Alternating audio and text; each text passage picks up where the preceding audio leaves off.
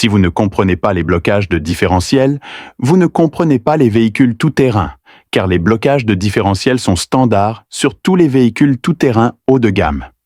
Alors, qu'est-ce qu'un blocage de différentiel? Avant de comprendre les blocages de différentiel, nous devons d'abord comprendre les différentiels. Lorsque la voiture tourne, la vitesse de rotation des roues des côtés gauche et droit n'est pas la même, et les roues extérieures tournent plus vite que les roues intérieures. Si la liaison entre les essieux est rigide, lorsque la voiture tourne, les roues peuvent au mieux glisser et s'écarter, ou au pire l'essieu peut se casser ou la voiture peut se retourner.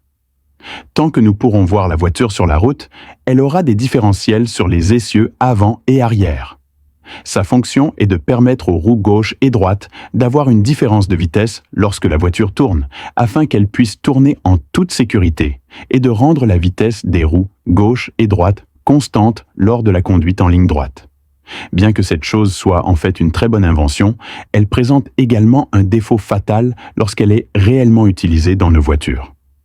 Lorsque nous rencontrons des situations de verglas, de chaussées glissantes ou de blocage des roues, la roue d'un côté n'a aucune adhérence et aucune résistance à la rotation, tandis que la roue de l'autre côté avec adhérence a une très grande résistance et la différence de vitesse de rotation entre les deux roues est très grande.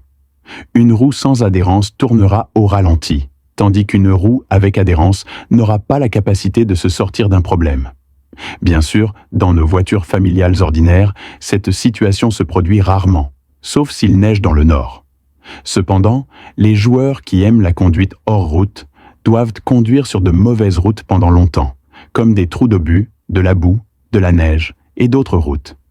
Il est courant qu'une roue glisse ou reste coincée dans l'air. C'est pourquoi les blocages de différentiel ont été inventés. Bloquez le différentiel pour le désactiver, permettant aux deux moitiés de l'essieu de tourner axialement comme une seule unité. Cela permettra de transférer la puissance aux roues droite et gauche et la voiture pourra mieux se sortir des ennuis. Étant donné que les essieux avant et arrière des modèles 490 à temps partiel sont reliés entre eux, au maximum seuls les essieux avant et arrière disposent de blocages de différentiel, c'est-à-dire de deux blocages.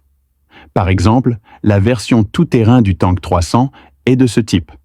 Quant au véhicule à 4 roues motrices permanentes, puisqu'il dispose d'un différentiel central, en plus des essieux avant et arrière, le différentiel central peut également être équipé d'un blocage de différentiel. Les 3 serrures de la Mercedes-Benz classe G sont de ce type. Dans le cas de la voiture jouée dans la vidéo, la roue avant gauche tournera après avoir été suspendue dans les airs et la roue arrière droite tournera également dans les airs. Sans blocage de différentiel, toute la puissance du véhicule sera divisée entre les 2 roues suspendues et les 2 roues restantes qui ont de la stabilité n'auront aucune puissance pour se sortir des ennuis. S'il s'agit d'un modèle à 4 roues motrices, étant donné que les essieux avant et arrière sont reliés entre eux, cela équivaut à un blocage de différentiel. Il vous suffit donc de verrouiller les différentiels avant et arrière et la puissance peut être répartie de manière égale sur les 4 roues. Si le modèle est un système à 4 roues motrices permanent, en plus de verrouiller les différentiels avant et arrière, vous devez également verrouiller le différentiel central pour répartir la puissance uniformément sur les 4 roues.